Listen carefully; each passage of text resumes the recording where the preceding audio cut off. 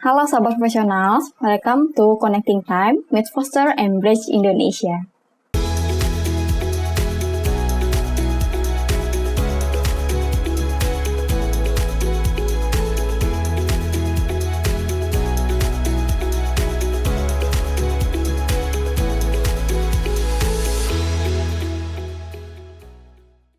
Pada kesempatan kali ini, saya Intan yang akan membawakan sesi kali ini.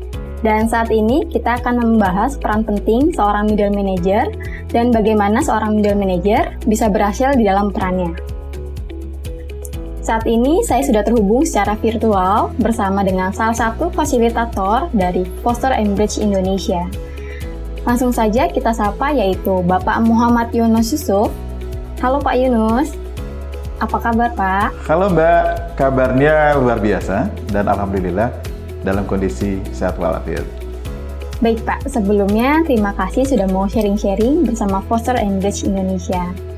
Sebelum kita masuk ke pembahasan, boleh nih Pak di-sharingin mengenai kegiatan Bapak sehari-hari dan juga mengenai background pekerjaan Bapak.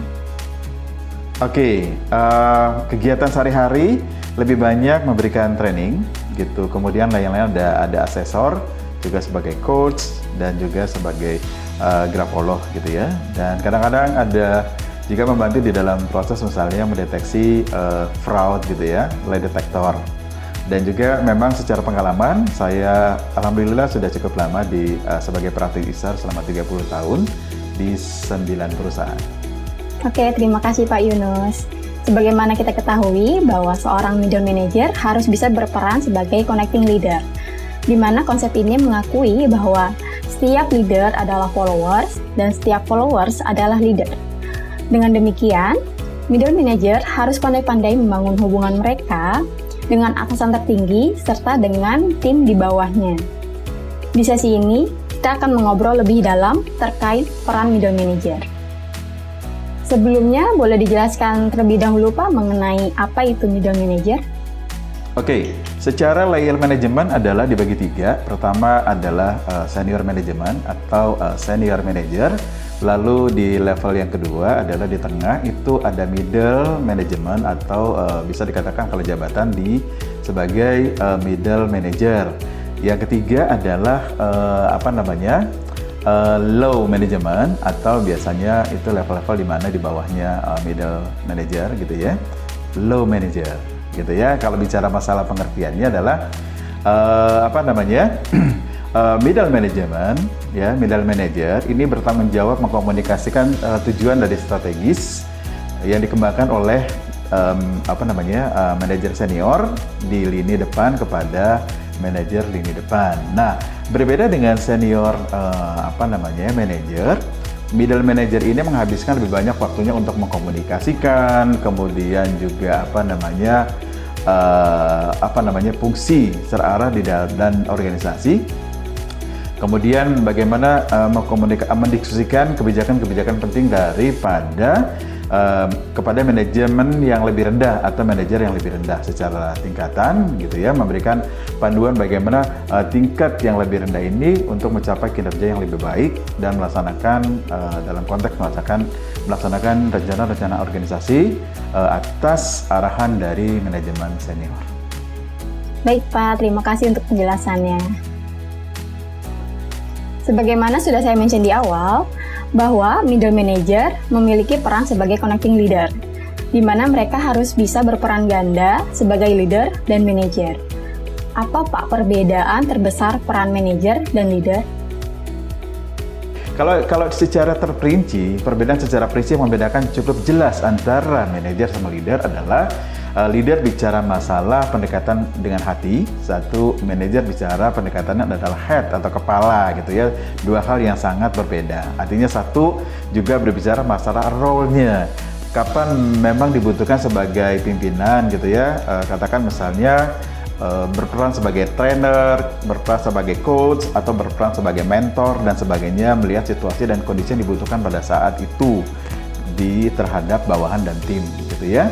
Kemudian leader atau manager ini adalah masalah bukan roles atau peran, tapi bicara masalah rules. Artinya memang karena manajer itu ditunjuk secara formal gitu ya, secara struktural ada di dalam struktur organisasi, bagaimana mereka berperan secara struktural, artinya bicara masalah regulasi, bicara masalah SOP, bicara masalah pencapaian pekerjaan, ada aspek terhadap reward and punishment-nya, bicara masalah rules. Kemudian juga bicara masalah leader bicara bagaimana mempengaruhi. Sementara manajer itu adalah otoritas atau kewenangan, gitu ya. Tentu saja memang kembali lagi bahwa setiap jabatan tentu saja memiliki kewenangan yang berbeda. Nah, manajer diposisikan sebagai yang memang terkait sama struktural yang diberikan kewenangan. Nah, leader bicara masalah efektivitas, kemudian leader bicara manajer bicara efisiensi, leader bicara masalah efektivitas. Lalu kemudian leader bicara masalah visi, bagaimana mau dibawa tim ini, mau dibawa perusahaan ini untuk mencapai visi ke depan jangka panjang seperti apa gitu ya. Kemudian manajer itu bicara masalah misi, bagaimana mencapainya dalam koridor misalnya. Untuk mencapai itu pendekatan dari sisi SDM-nya seperti apa, untuk mencapai itu kemudian dari sisi stakeholder, kemudian dari sisi environment, dari sisi government, dari sisi yang lain-lain yang memang dibutuhkan di dalam mengeksekusi atau mengimplementasikan strategi untuk mencapai visi yang diharapkan oleh perusahaan nantinya dalam jangka panjang gitu ya. Kemudian juga leader bicara masalah directing, bicara masalah motivasi, menginspirasi, aligning people, bagaimana me-align orang-orang yang ada di dalam tim gitu ya, yang antar tim dan membangun keselarasan. Sementara leader bicara masalah bagaimana proses POAC-nya, planning organizing-nya, budgeting dan lain-lain, bagaimana controlling-nya, bagaimana monitoring-nya dan sebagainya, termasuk juga pencapaian dari strategi, pencapaian target dan objektifnya. Manajer bicara masalah subordinate atau bawahan, leader bicara masalah follower. Jadi dua sisi yang tentu saja perbedaan yang cukup signifikan yang tadi sudah saya sampaikan secara detail. Oke, terima kasih Pak. Nah Pak, mengapa middle manager harus pandai memerankan perannya sebagai seorang manajer dan leader? Kenapa seorang harus memerankan peran? Tentu saja gini, kita harus bisa sebagai seorang manajer katakan misalnya manajer satu departemen tertentu gitu ya. Walaupun katakan misalnya apakah dia senior, apakah dia sebagai middle atau low manager, kembali lagi bahwa harus bisa membalanskan menggunakan topi. Kapan pakai topi manager, kapan menggunakan topi leader. Dan itu sangat situasional, di mana dibutuhkan bahwa dalam kondisi tertentu, dalam situasi tertentu bisa saja misalnya seorang kepala departemen pada saat situasi tertentu menggunakan topi manajernya, di mana memang dibutuhkan sesuatu yang terkait sama rules, terkait kebijakan, terkait sama target, terkait sama pencapaian, terkait sama pekerjaan dan sebagainya. Dan memang dalam situasi tertentu bisa saja memang dibutuhkan, katakan misalnya bagaimana membantu karyawan keluar dari permasalahan secara personal sehingga mempengaruhi performance-nya. Memang dibutuhkan topi leadernya, jadi dia sebagai konselor, artinya memang membantu dalam proses mengembalikan performa dari tim atau individu atau bawahan ini dalam kondisi normal gitu ya. Memang dibutuhkan perannya untuk kadang-kadang misalnya jadi coach, kadang-kadang memberikan mentoring untuk pengalaman best practice-nya dia kepada bawahan, sehingga bawahan atau tim mendapatkan banyak inspirasi bagaimana menangani kasus-kasus tertentu atau situasi tertentu berdasarkan dari pengalaman dari atasannya yang memiliki best practice tersebut. Baik, terima kasih Pak Yunus. Tapi sebelum kita lanjut, saya mohon izin sebentar untuk iklan ya Pak. Sahabat profesional, jika sahabat profesional menyukai video ini, jangan lupa untuk di-like, dan bagi yang belum subscribe, silakan subscribe channel ini dan share video ini ke sahabat profesional lainnya. Pak Yunus, terima kasih sudah menunggu. Dan kita lanjut lagi ke pertanyaan selanjutnya ya Pak. Di banyak perusahaan, seorang middle manager lebih banyak dibekali keterampilan leadership untuk memanage tim mereka. Namun yang sering terlupa adalah bagaimana pengembangan skill leadership terkait bagaimana mempengaruhi level yang lebih tinggi. Bagaimana Pak Yunus melihat hal ini dan apa dampaknya ya Pak? Ada hal yang sangat penting dari ketika seseorang gitu ya dipercayakan untuk memasuki layer atau level manajer gitu ya, managerial level gitu ya. Yang perlu dibekali adalah kebanyakan adalah ada beberapa hal yang lupa, adalah leadership.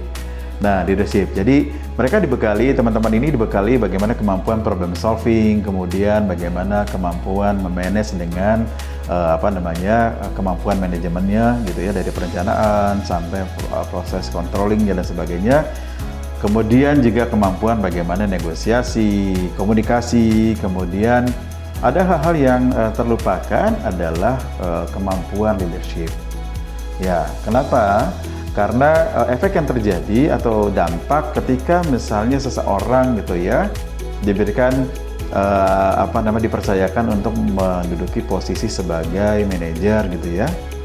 Nah, ketika tidak dibekali dengan skill leadership, yang terjadi adalah lebih banyak menggunakan topi manajer. Jadi katakan pendekatan secara humannya itu juga bisa dikatakan sangat minim, sehingga yang terjadi adalah bisa jadi timbulnya pergesekan, timbulnya di level leadershipnya itu di level yang paling rendah, yaitu cuma sebatas position, sebatas bahwa teman-teman tim ini, bawahan ini hanya sekedar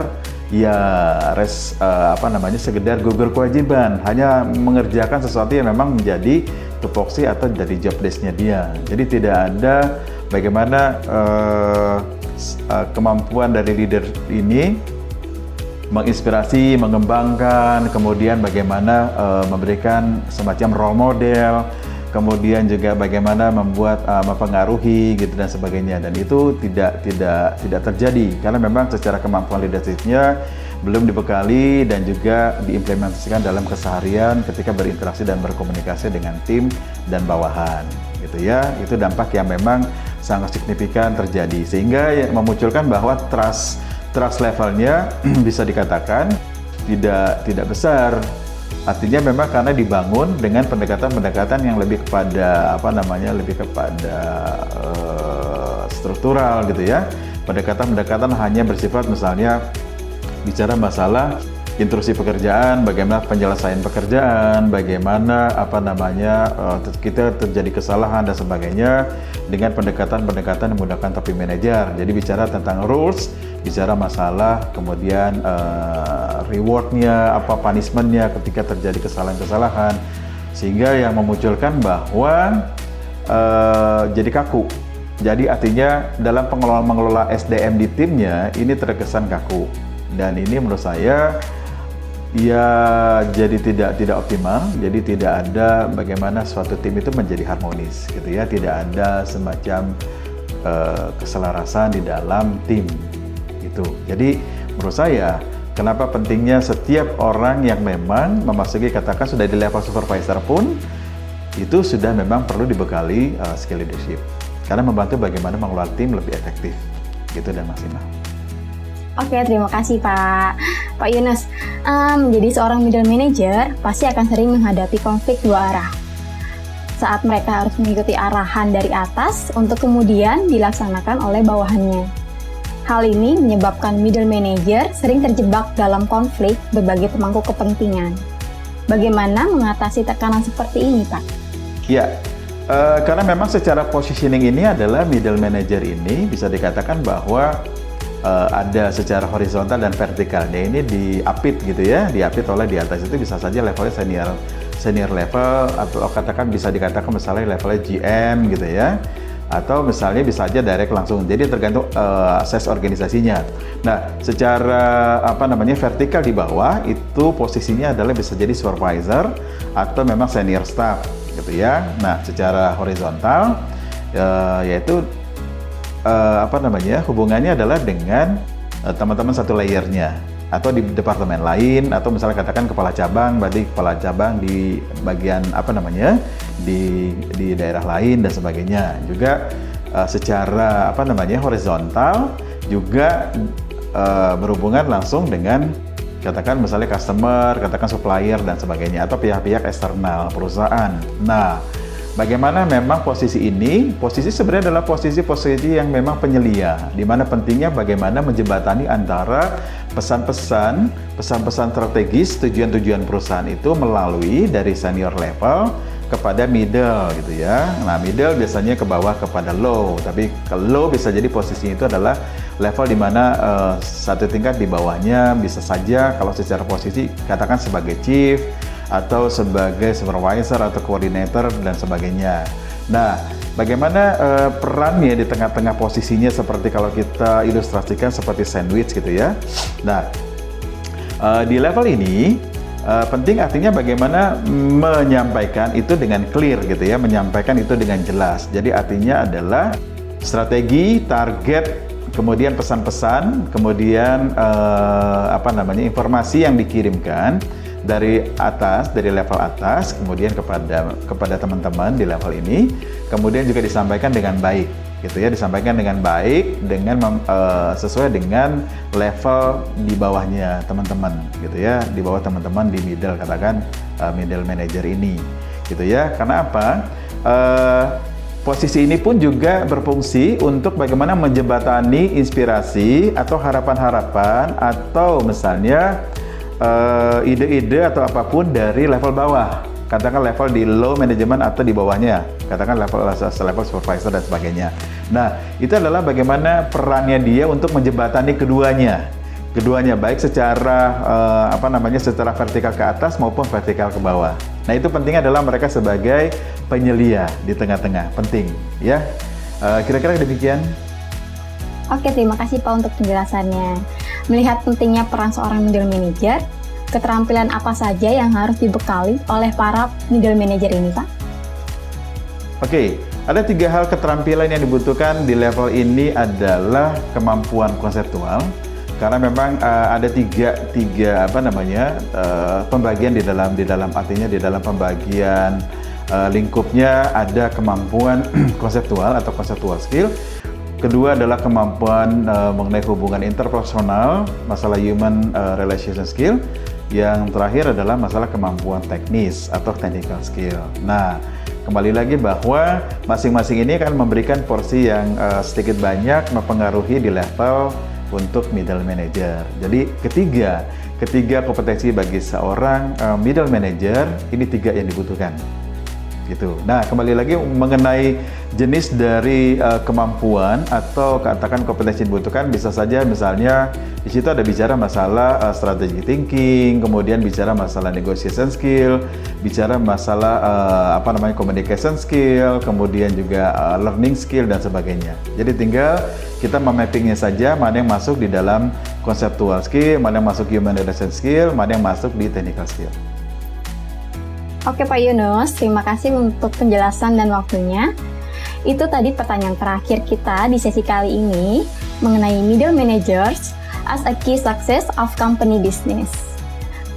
Semoga kita bisa bertemu kembali di video Connecting Time selanjutnya dengan topik yang lainnya. Semoga sehat dan sukses selalu ya Pak. Oke, makasih Mbak. Oke, terima kasih. Semoga ini bisa menginspirasi buat semuanya. Dan semoga sahabat profesional yang menonton dan mendengarkan video ini dapat bermanfaat bagi sahabat profesional.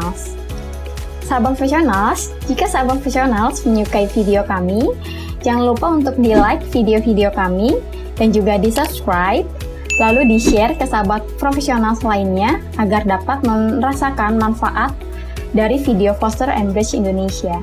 Dan jika sahabat profesional ingin memberikan masukan terkait topik-topik yang akan dibahas di Connecting Time selanjutnya, bisa ketik masukannya di kolom komentar di bawah ini.